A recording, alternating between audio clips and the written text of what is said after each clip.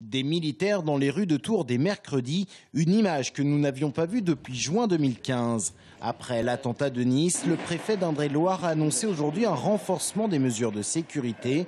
Rue Nationale, place Plumereau, Guinguette de Tours et le cas échéant, Amboise, Chenonceau, Chinon et tous les grands événements du mois d'août. Des soldats du dispositif Sentinelle viendront y assurer en renfort la sécurité.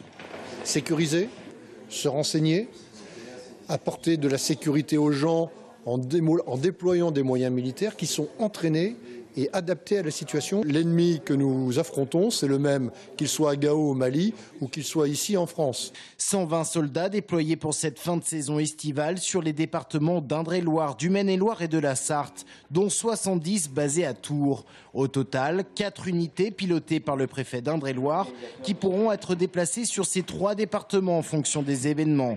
Des manifestations estivales réunissant plus de 2000 personnes qui vont être sérieusement encadrées.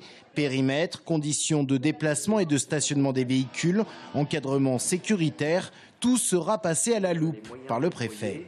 Je demanderai au maire et à l'organisateur de venir me présenter le dispositif de cet événement. S'il s'avérait, malheureusement, qu'on ne serait pas en mesure, si je considère qu'on n'est pas en mesure de sécuriser correctement tel ou tel événement, qu'il soit festif ou sportif, eh bien là, je serai contraint de demander son annulation. D'autant que de nombreux événements seront organisés autour du 15 août et que tous ne pourront pas bénéficier de cette présence militaire.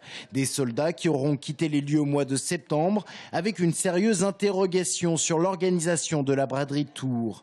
Le dispositif Sentinelle a été activé dans les zones touristiques pour soulager les forces de sécurité.